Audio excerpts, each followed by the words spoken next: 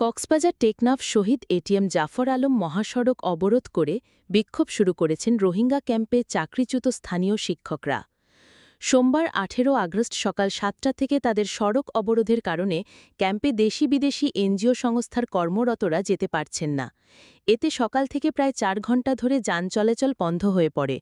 সড়কের দুপাশে আটকা পড়ে শত শত যানবাহন। প্রায় ৩ কিলোমিটার জুড়ে সৃষ্টি হয় তীব্র যানজট। বিক্ষোভকারী শিক্ষকেরা জানিয়েছেন, অর্থ সংকটের কারণে দাতা সংস্থা ইউনিসেফ ও অন্যান্য এনজিও সংস্থা তাদের চাকরি তালবাহানা করছে। বিষয়টি নিয়ে তারা দীর্ঘদিন ধরে আন্দোলন করছে। পরে প্রশাসনের আশ্বাস পাওয়ার পরও কোনো সমাধান হয়নি। এজন্য তারা দাবি আদায়ের জন্য আবারও আন্দোলনে নেমেছেন। স্থানীয় শিক্ষকের প্রতিনিধি সাইদুল ইসলাম শামীম বলেন, আমরা দাবি করছি চাকরিচ্যুত শিক্ষকদের পুনর্বহাল করা হোক এবং ক্যাম্পে শিক্ষা কার্যক্রম পুনরায় চালু করা হোক। স্থানীয় বাসিন্দা আবু তালেব বলেন, দীর্ঘ ৩ কিলোমিটার পায়ে হেঁটে গন্তব্যে যাচ্ছি, খুবই কষ্ট হচ্ছে।